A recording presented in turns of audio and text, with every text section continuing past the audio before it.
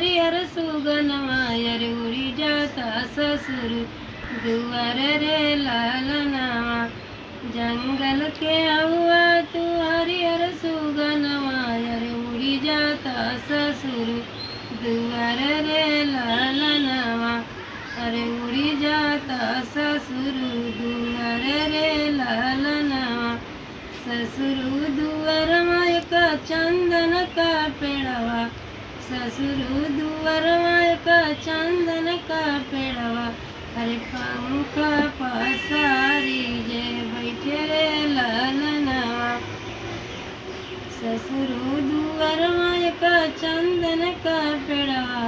अरे बैठो जे पंख पसारी रे लालनावा। जंगल के हुआ तू हरिहर सुगनवा अरे उड़ी जाता ससुर दुआर रे लालनावा। ससुर दुआर माय का चंदन का पेड़वा। अरे बैठो जे पंख पसारी रे लालनावा। अरे बैठो जे पंख पसारी रे लालनावा।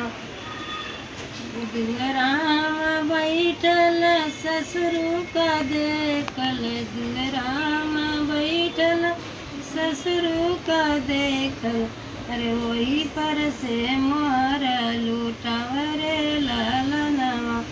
अरे वही पर से मोहर लूटाव रे लालनावा।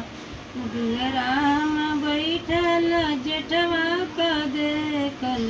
दुलराम बैठल जेठवा का देखल। अरे वही पर से मोहर लूटाव रे लालनावा। अरे वही पर से मोहर लूटाव रे लालनावा। अरे वही दुआरा से देखल हम देवरा को बैठल। दुआरे से देखल मैं देवरा को बैठल। अरे बैठल तस खेल देख रे लालनावा।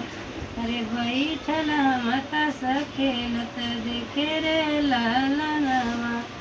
स्वामी के देखल कुर्सी पे बैठल। स्वामी को देखल कुर्सी पर बैठल।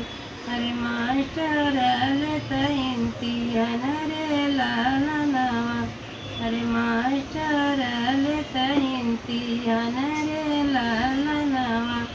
जंगल के हुआ तू हरिहर सुगनवा अरे उड़ी जाता ससुर दुआर रे लालनावा। अरे उड़ी जाता ससुर दुआर रे लाल